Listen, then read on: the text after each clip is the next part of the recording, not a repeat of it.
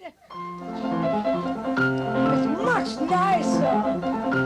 And that stupid little tune.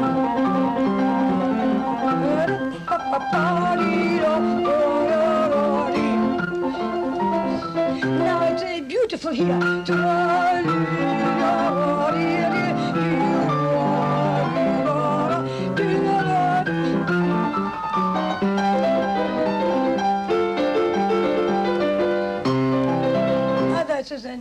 Not very interesting. Well, that is to show you how the units is wonderful if you can not look at all the notes like that.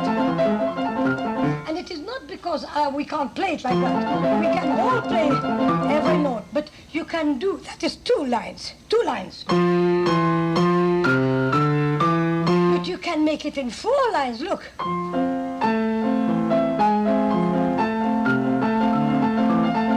And you can't do that if you don't look at a page with all what is happening in it.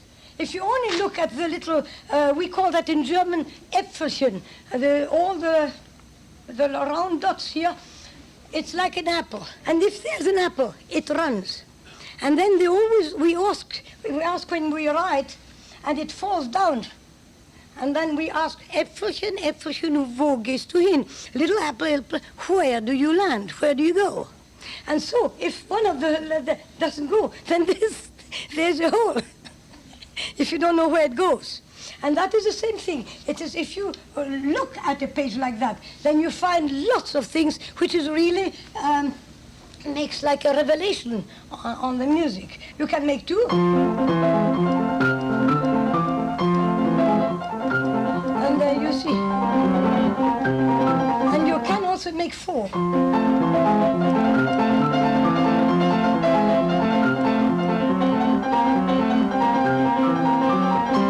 It gives much more, isn't it?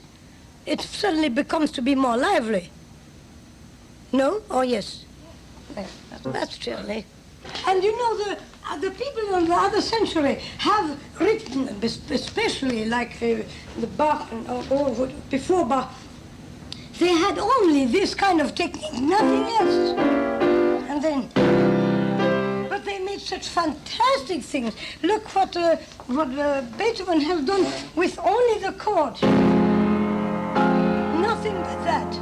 And he made, but if you play it like that, if you play it on 3, on the chords, it's very dull and it's very wrong. You see that on the Appassionata, you have a 5th, and the answer is a 4th. 5 and 4 is 9, and that's fantastic. What the whole sonata is nothing but on the triad and dominant and diminished. And what he did, so you have not to play the A. The A only gives in which mood it is. And then they have only octaves. So if you have the chord without pedal, you stand on 1, and that is the opening of and now you never improvise a thriller, then it is that. Sorry. And the same thing.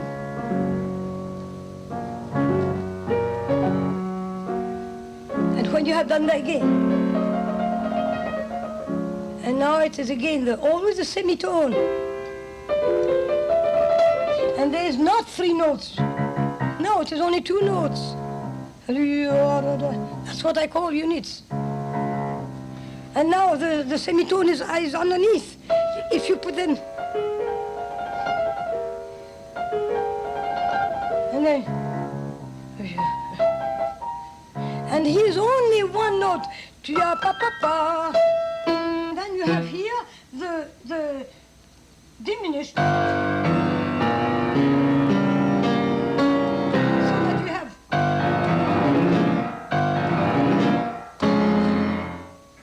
And then also the Appassionata is also in another place which I can't, because I'm no more performing. I can only give you an idea of the repeated notes. When you do that, that's nothing but one chord, and it is a vibrato.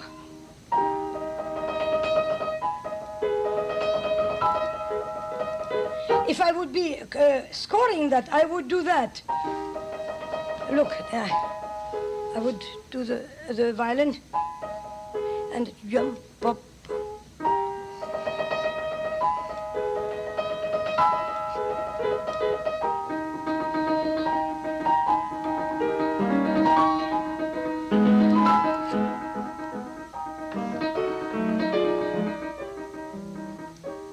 Be sure now to have the dominant, not to take it off.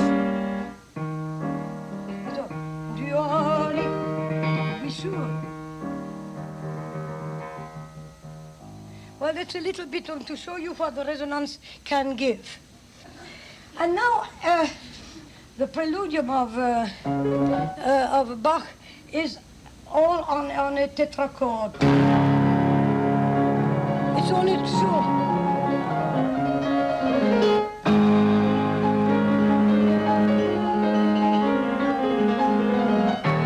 But it's only just to show you, it is only on one note. Now look, this is so nice to not make like that. Do, e-o, e-o, e-o, not necessary. You only do that as if it would be that C who goes throughout. Well, then you say, you make it, you keep it. And now, because it is 3/8, of course that is not 4/16. It is like that.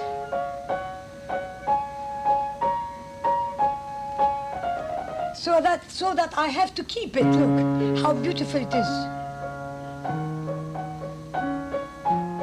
It is a notation which is not usual, and at the past century has never been up. By the way, in the past century they didn't even bother about bowing, and so they said you will make it by tradition. So they have done very, very little notation, and all the notation that we see here, that's from our teachers, not at all from the composer. So then look.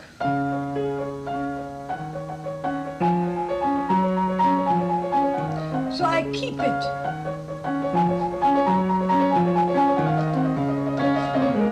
The same thing.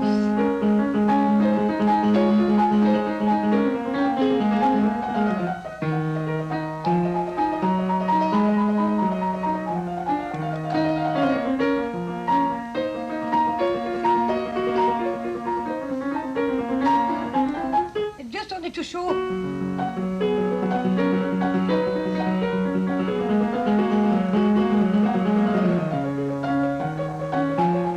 Is it clear how I do it?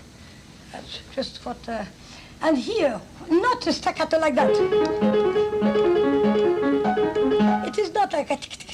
It is that. Also.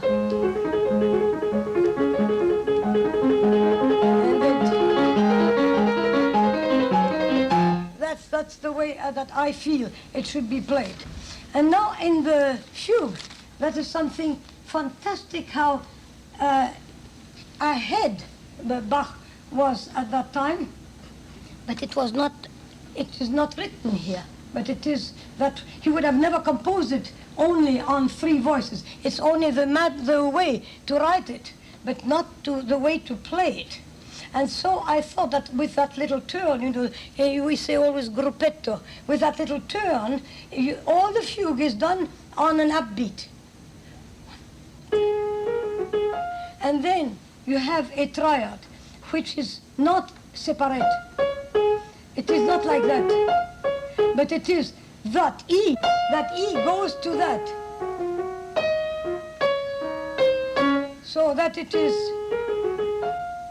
you keep it and then you go. And that doesn't come, the 2/16, for my feeling, it is not like that.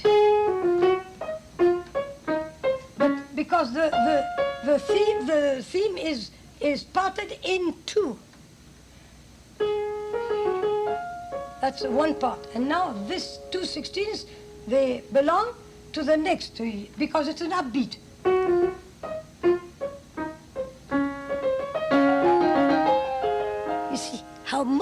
it is, if you play it that way.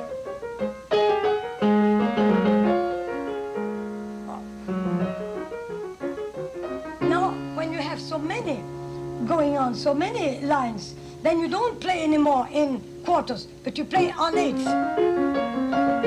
And you have only two notes. On eighths.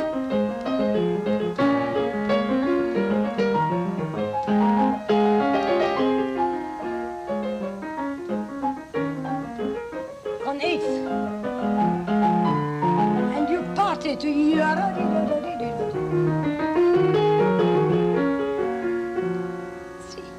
all that goes lost if you play like that.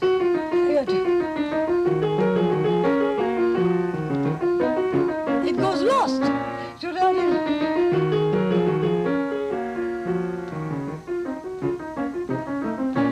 Is it clear? Well, that is how I feel that Bach would have written it if he would have been born 100 years later. Because I'm not the only one to think that the notation should be changed, to not be playing every note separate. You see, when you play a little Scarlatti like that, it is not if I do that, then I have that line. Ta, ti, o, no, ti, la, li, la, li. I have such a zigzag. And of course it is not. The music is a language. I told you that that's the way I look at it. And we never talk like that. We always talk legato. We don't like to transfer a piano to be played like a harpsichord. That's not a harpsichord. For me, this is a substitute for an orchestra. That's why I always score. I score the whole time when I play piano. And that is also when I do that. And also. And then not like, but also.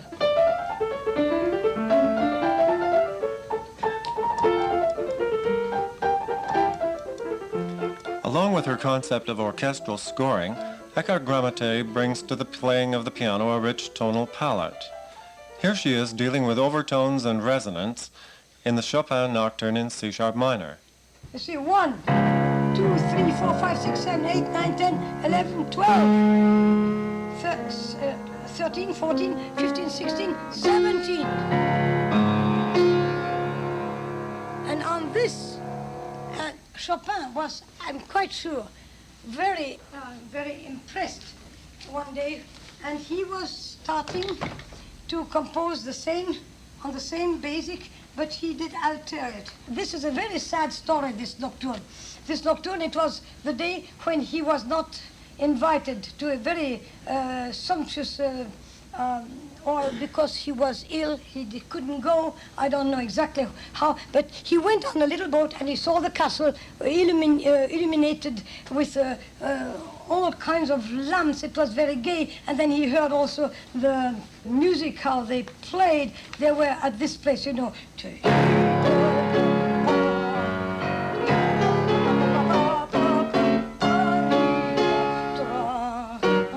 So now this is a thing which was so sad that he couldn't be there, that he did low, the 17th, a semitone lower. And that was like that. And now he started on the resonance.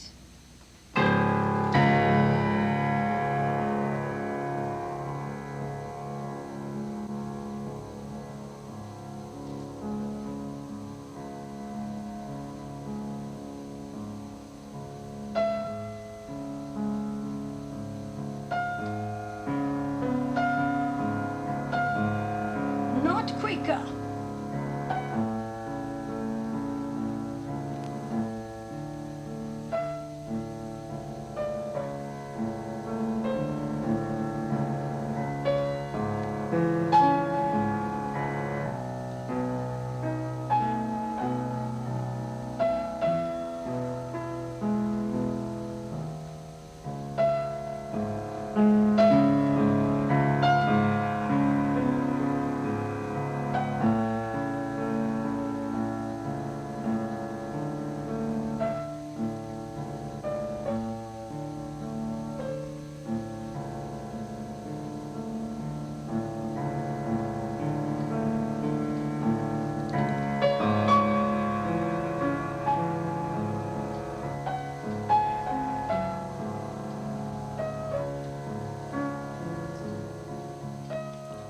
How does one summarize the musical life of one so gifted in such a variety of musical ways?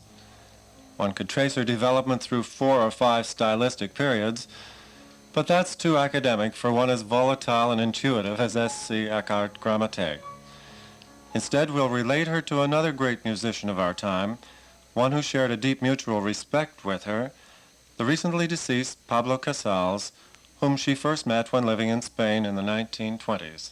When I played him my violin concerto, he was very amazed and very impressed, and that is how he has written for me several things, several recommendations.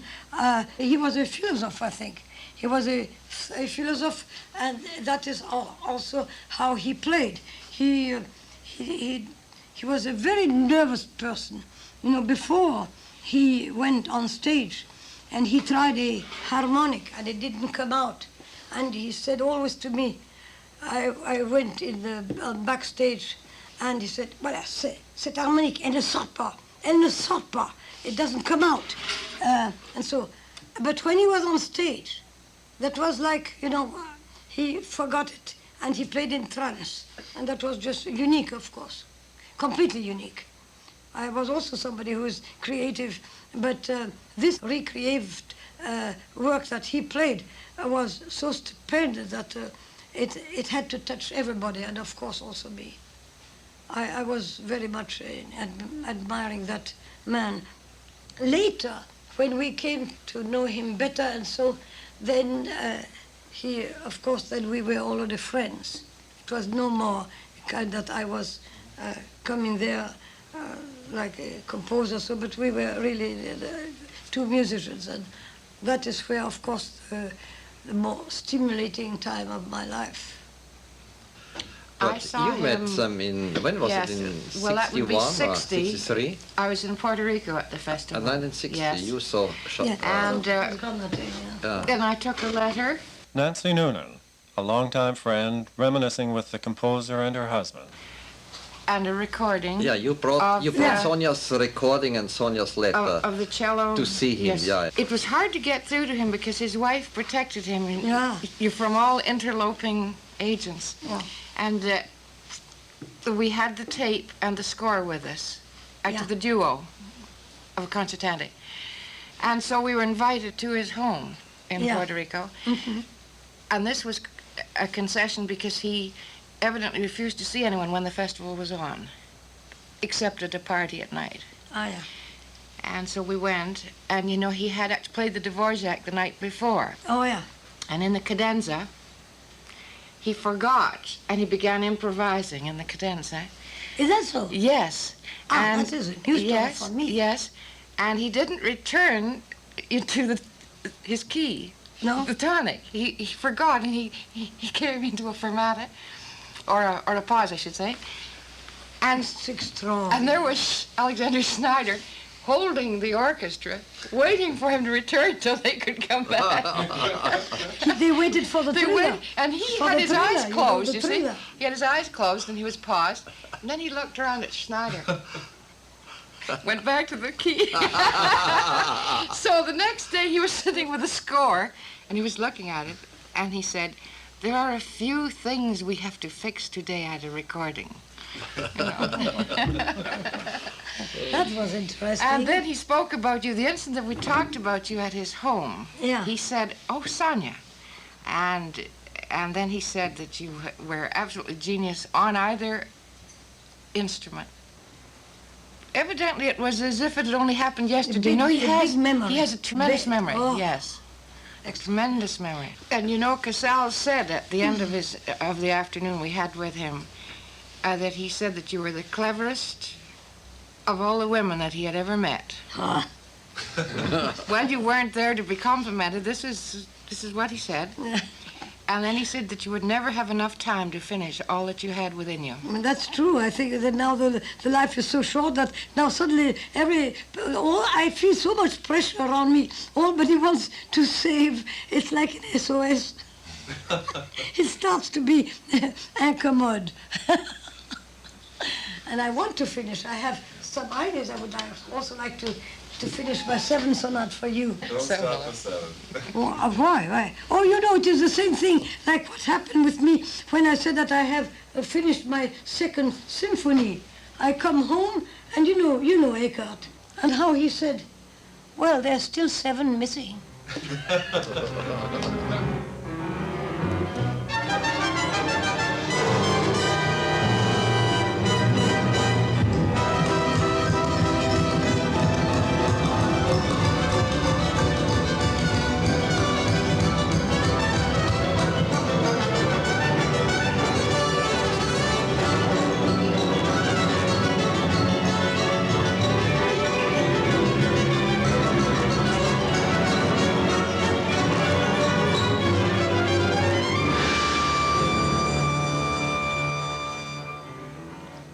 The music you're hearing is the conclusion of the Manitoba Symphony, a work with a special significance to the composer. It was commissioned for the centennial celebrations of her newly adopted home, Manitoba. Then, too, it refers to one of her favorite virtuoso solos from her faraway career as violinist, the prelude from the E major partita by another composer with a particular gift for writing for the violin, J.S. Bach.